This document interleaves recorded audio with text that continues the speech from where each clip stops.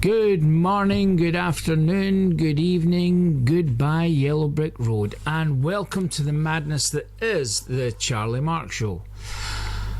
We'd like to welcome you to the show, and if you're enjoying it, you can like, subscribe, follow me, visit my website on www.charliemarx.co.uk. You can even buy me a coffee. This is the new thing. So, yeah. So I was asked, first of all, why I don't have a live studio audience. Well, actually, we do have a live studio audience. They just do not find it at all amusing. So that answers that. Coming up on tonight's show, we have special guest. We have Storytime with Sir Percival Homosexual, and we have the Devil's Advocate going through some moans and groans and things that go irk in the night. But before all that, a word from our sponsors.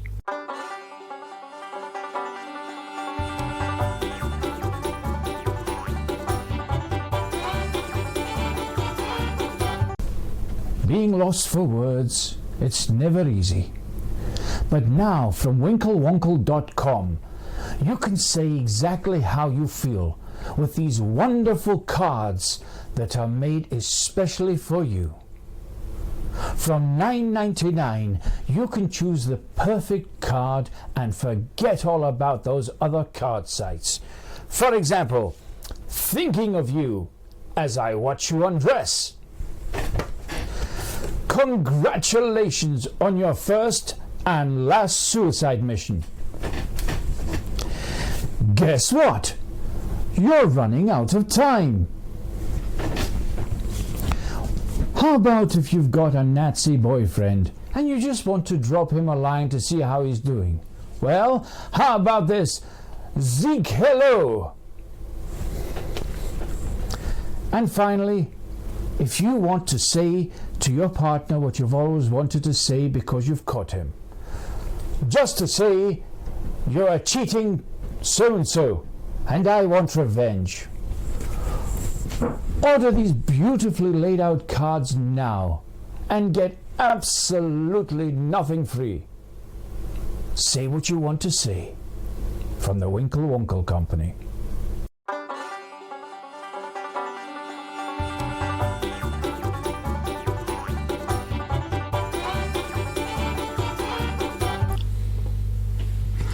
Thank you to our sponsor. Coming up in the show, we have our special guest, Storytime, and the Devil's Advocate. But first, we have to now delve into see if we can help or even answer questions on tonight's Viewer's Letter.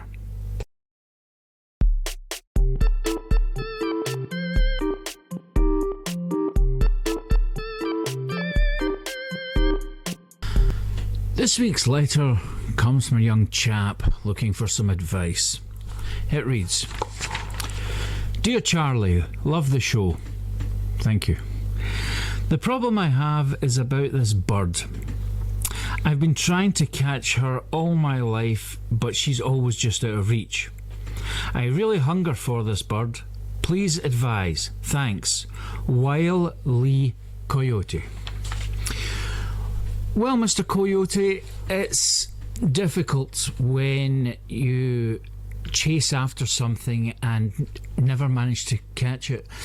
I presume this bird means a lot to you, and I do understand. I feel your pain. However, I think that perhaps you have been spending way too much money on Acme products to try and catch this bird when theoretically you could have just bought yourself some dinner. Thank you for your letter, and I hope this advice serves you well. Join us next time on Viewer's Letter.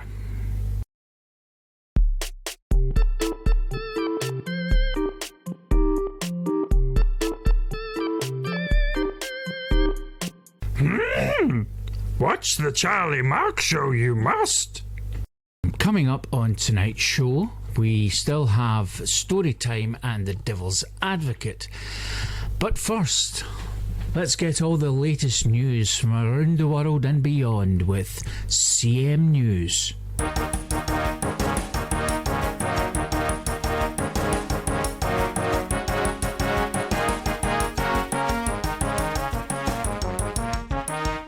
Good evening and welcome to CM News with me, Mother Teresa.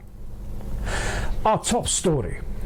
There were outbreaks of shouting in Westminster today as Prime Minister Piers Morgan gave a speech on how men are far superior to women. There were outcries of complete anger from far and wide. Two chunky women from the sex equalities group don't care if my bum looks big in this. Prime Minister Morgan said that if women ever wanted to be taken seriously by men, then they would have to grow a pair.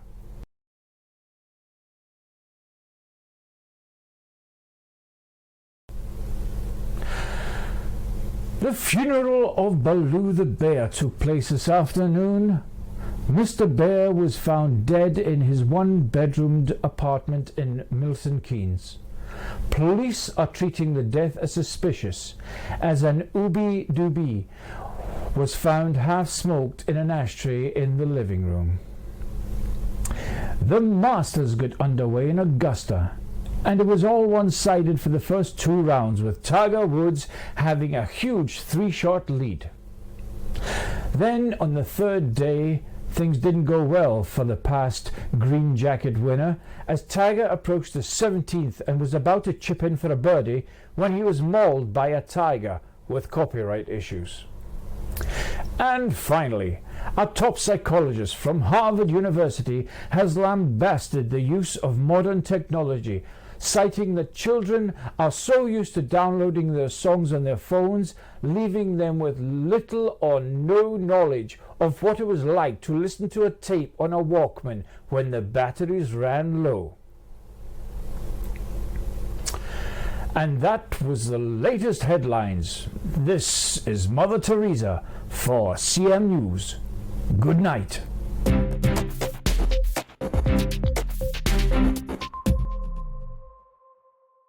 Thank you, Mother Teresa. More from the CM Newsroom next time, but now my special guest. My guest this evening is one of the top wedding planners in the UK. Please welcome Richard Orpurer. Welcome to the show, Richard. Thank you. You are an executive wedding planner, but what would you say to all the men out there who feel a bit lost during the planning of a wedding, because they do say that the wedding day is the bride's day? And for many couples, this is most certainly the case. The most important thing a man can do with any plan made for the wedding is to nod. You see, nodding is the primitive art of acceptance. And once the male has mastered this, his life will be so much easier. But doesn't this have a knock-on effect when the bride-to-be thinks the groom isn't interested in the whole planning of the day? Perhaps, but she soon gets over this when she realizes that she's a control freak. And at what point would you suggest to start the planning of a wedding? The bride-to-be has been planning this day from the moment she could fit into her first princess outfit, whereas the male will only think about it on the day after the wedding when he freaks out.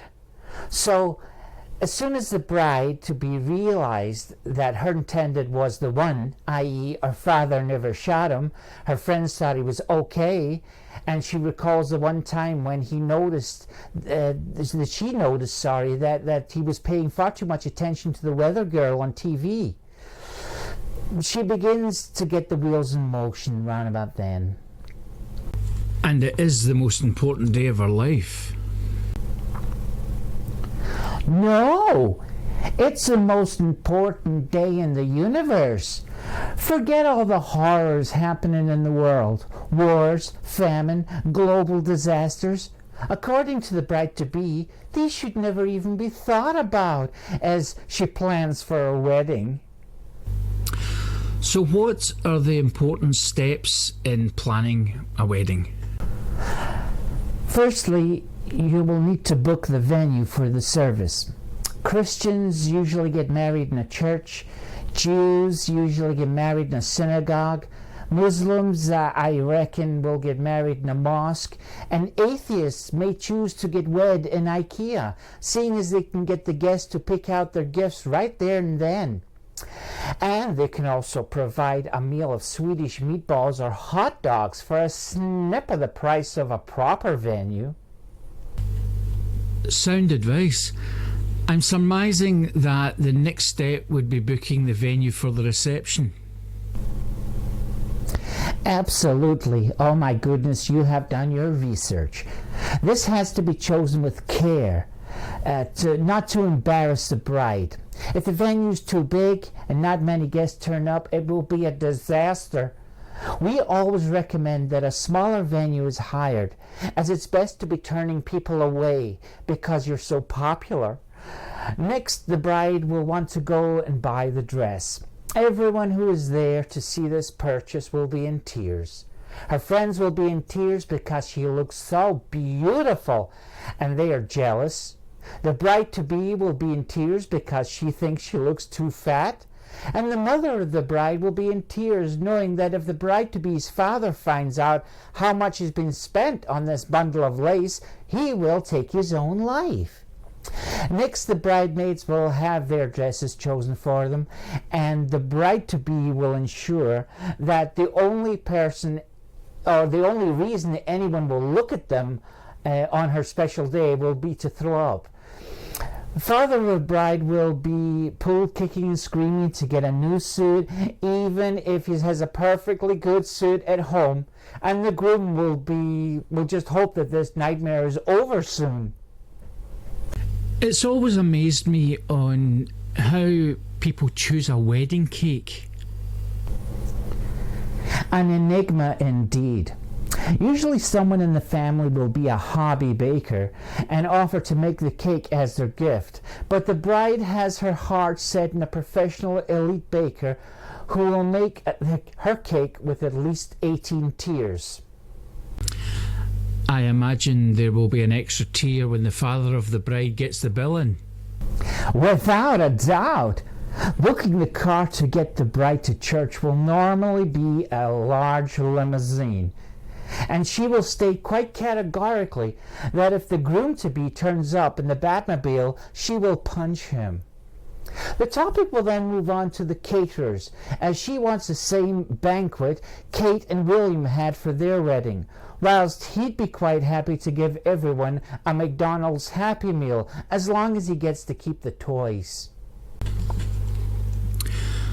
One of my friends was dragged along to see the venue, and he still doesn't know why he was made to participate in this. This is where the bride-to-be lets him know how things are going to be in their marriage. She sees the venue and how everything is perfect, but they will have to completely change the decor and the furniture. Does the man get any say in the wedding? Of course he does. Oh, shut up. She will let him choose the band for the reception, but not the first song, and not the musicians. Probably not even the type of band, but he has carte blanche on what van they bring the gear in, as long as it's a brand new Mercedes. Another important part of the wedding will be, I imagine, the photographer. Positively one of the most important aspects of the wedding, as these memories will be revisited every time someone is invited round to their house for a meal, or when they split up and she wants to cry. He has a pal called Dave who owns a camera, but she has an idea of bringing an award-winning photographer from Paris who was slightly more expensive than Dave with the camera, but will bring along his own crew. So, how realistic is it to just go nuts with the invitations? Not realistic in the slightest. Every time the man mentions someone he knows, including his own parents, she will say that they are not the look she's going for. And this whole thing about having a present list, I'm very much against it. It's not very fair, is it? I suppose it depends how cheap your guests are and what kind of taste they have.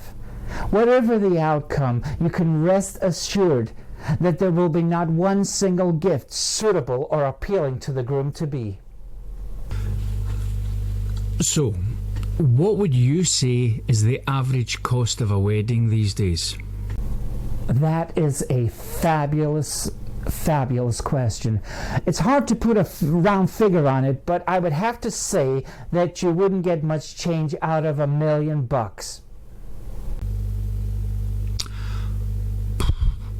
Which means it will still be getting paid off 12 years after the divorce. Ladies and gentlemen, Richard Orpurer. Thank you so much for having me. Join me next time when our guest of the show will be someone who isn't dead.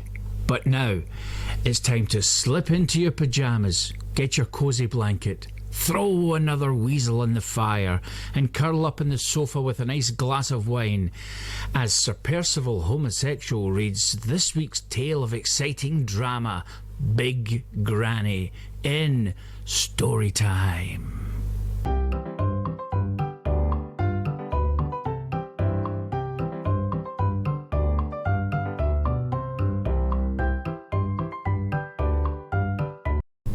Hello children, and welcome to Storytime.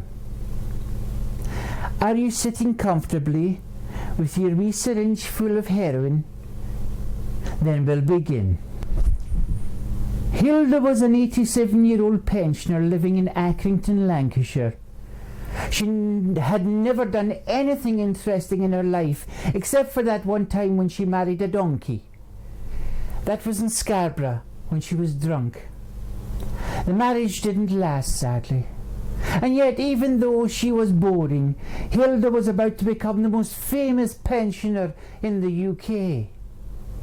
Most of her friends had frozen to death when they would only have survived should the government have given them the annual heating allowance. Hilda was predominantly alone, and even the children in the village had stopped visiting her because she smelled of knitwear and boiled sweets. One morning, as she sat in the kitchen, wondering how long she would have to put up with this ridiculous life, she heard the letterbox clattering at her front door. She moved towards the noise and lifted the single letter that had been posted to her. It was unusual that she ever got mail that wasn't cumbersome leaflets from Swiss clinics or hate mail. As she took the letter back to the kitchen, she boiled the kettle again for some heat. She sat at the table and opened the letter. It looked like a questionnaire, and the only thing that gave it away that it was a questionnaire was the fact that at the top of the page, in large bold letters, it said, questionnaire. She looked for a pen and then remembered that she kept one for such an occasion in her socks, and bringing it out, she began working on the questionnaire. On the questionnaire there were 5 questions. The first asked her name. She placed the letter on the table and, getting up from her chair, she moved through to the hallway to the little cabinet. 3.5 hours later she was at the door, about to enter the hallway, as her legs weren't what they once were. In fact, they weren't even her legs. From the antique drawer she retrieved a small brass key and then headed off to the small fire in the living room. She got to the fire and calmly stepped on the flames to put the fire out. She then looked at the key and wondered what she was doing with it, as her absent-minded brain switched off.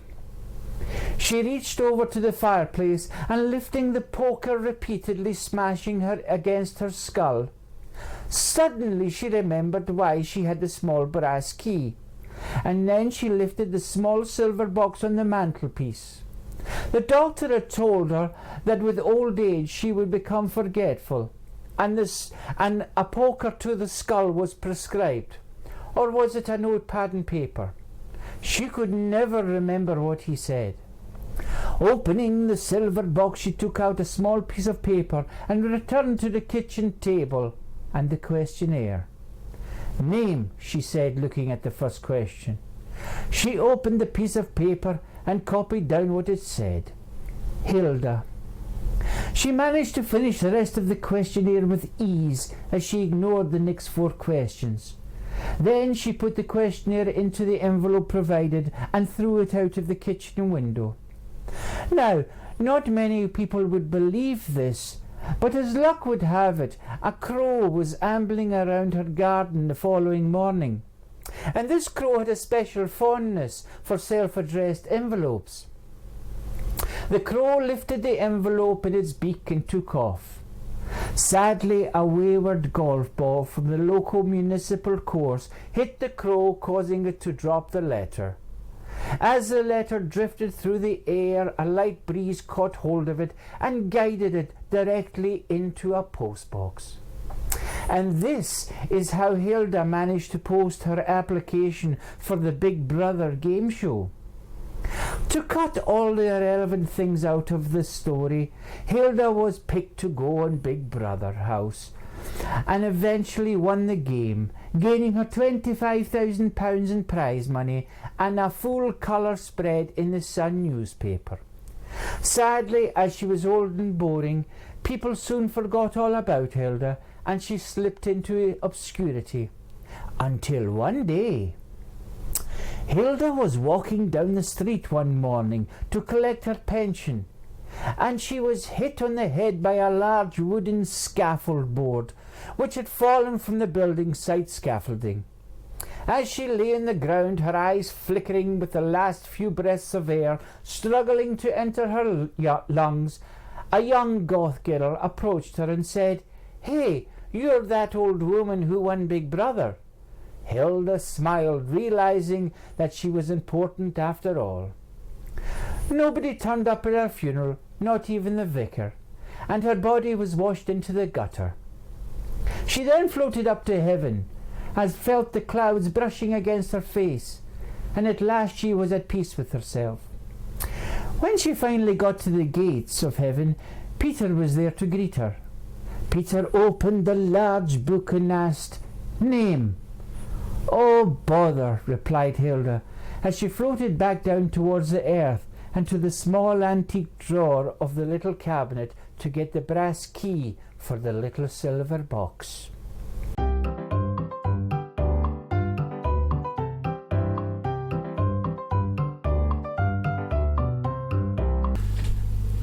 And Sir Percival will be back next time for another riveting story.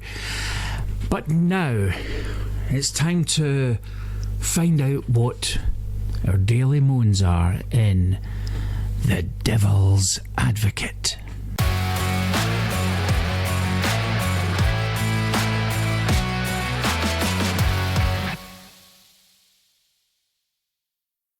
Welcome, boys and girls, to The Devil's Advocate. And this week I'm going to moan about things that annoy me within my work area. I would say the biggest problem with trying to get ahead in life is critics. Critics seem to form a part of society that enjoy nothing more than putting something down. You can get good critics, obviously, but there are also some bad critics. Now, my work as a theatre writer, writing plays and musicals, certainly does come up against some criticism now and again. And I don't mind criticism. In fact, sometimes it's quite good to get critics saying what they really feel about your play or your musical. But what qualifies someone to become a critic? Do they go to critic school? Have they just been brought up by parents who have said they're rubbish at everything? What makes them want to delve into something that is in your mind, your head? You came up with it, you wrote it down. Well, these critics certainly tend to say what's good and what's bad about a certain thing.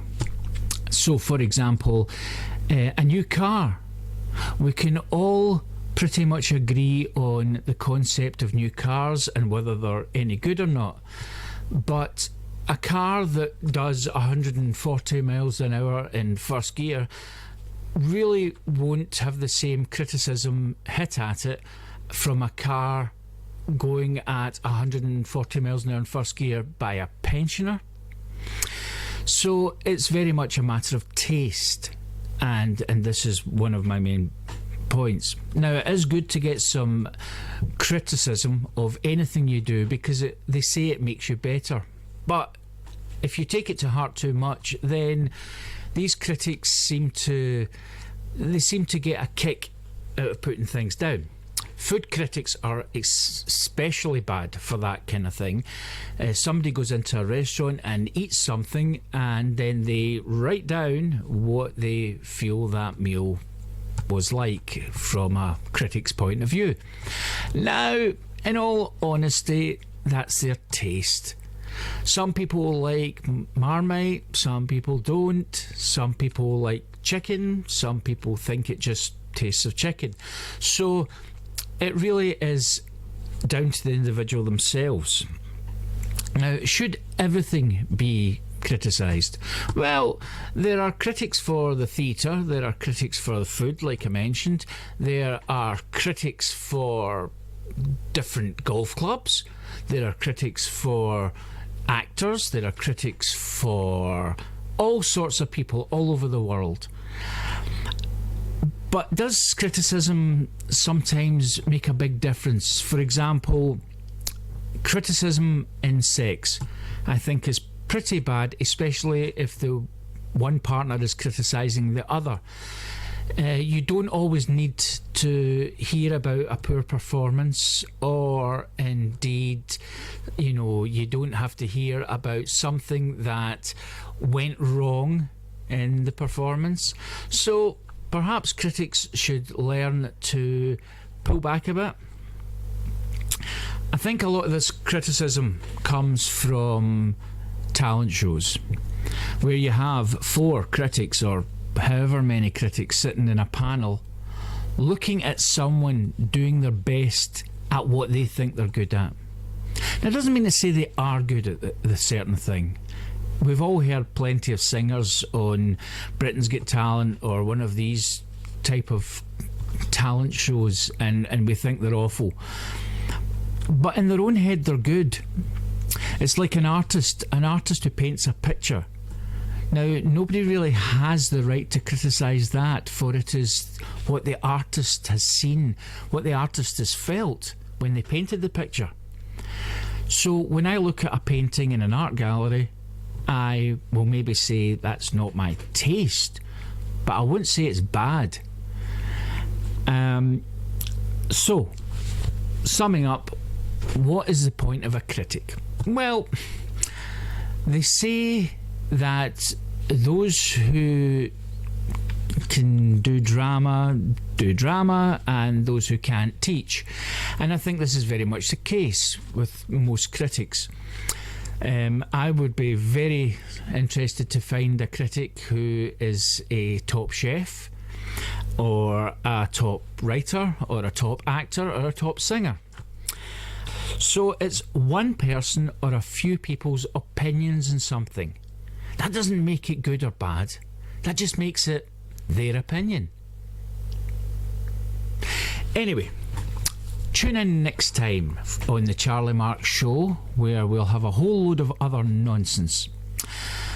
You can like, subscribe, follow me at www.charliemarx.co.uk.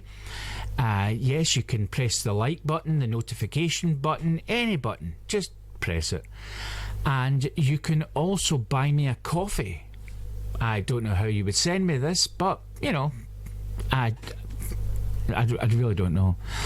So, tune in next time for the Charlie Marx Show, when we will have some of the most amazing things you have never seen. And if you can't watch the Charlie Marx Show, throw out your computer.